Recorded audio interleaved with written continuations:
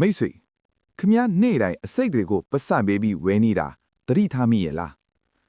စာချက်ရတာအလုပ်လုပ်ရတာပင်ပန်းလို့မျက်လုံးမဖွင့်နိုင်ဖြစ်နေပြီလားဒီလိုအချိန်ဆိုရင်လက်ကအလိုလိုနေရင် energy drink တအားဖြစ်အချိုအေးတဘူးကိုလှမ်းမိရတာထွက်သွားတပါတယ်နော်တောက်လိုက်ရင်10မိနစ်45မိနစ်အတွင်းမှာချက်ချင်းလန်းဆန်းသွားပြီးအားရီပြန်ပြေးလာသလိုခံစားရတာတော့အမှန်ပါပဲ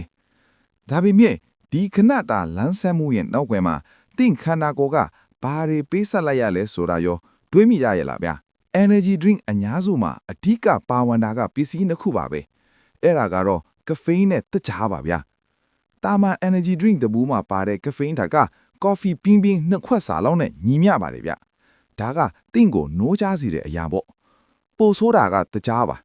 energy drink တဘူးမှာတခြားလက်ဖက်ရည်စွန်း10စွန်းကနေ15စွန်းလောက်အထိပါဝင်တတ်ပါတယ်တဲ့ကဘာချမအေးအဖွဲ့ကတတ်မှတ်ထားတဲ့တနေ့တာစားသုံးတဲ့နဲ့တခြားပမာဏကိုတဘူးတဲ့နဲ့ကြော်လွန်သွားစေနိုင်ပါတယ်တဲ့ပြဿနာကဒီမှာစတာဗျာ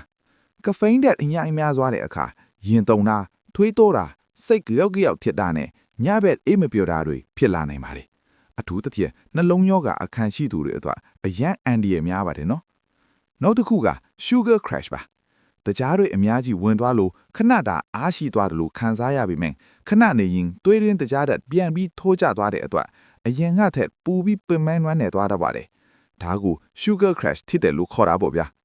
ဒါဆိုဘသူတွေလုံးဝမတောက်တဲ့ဘူးလေ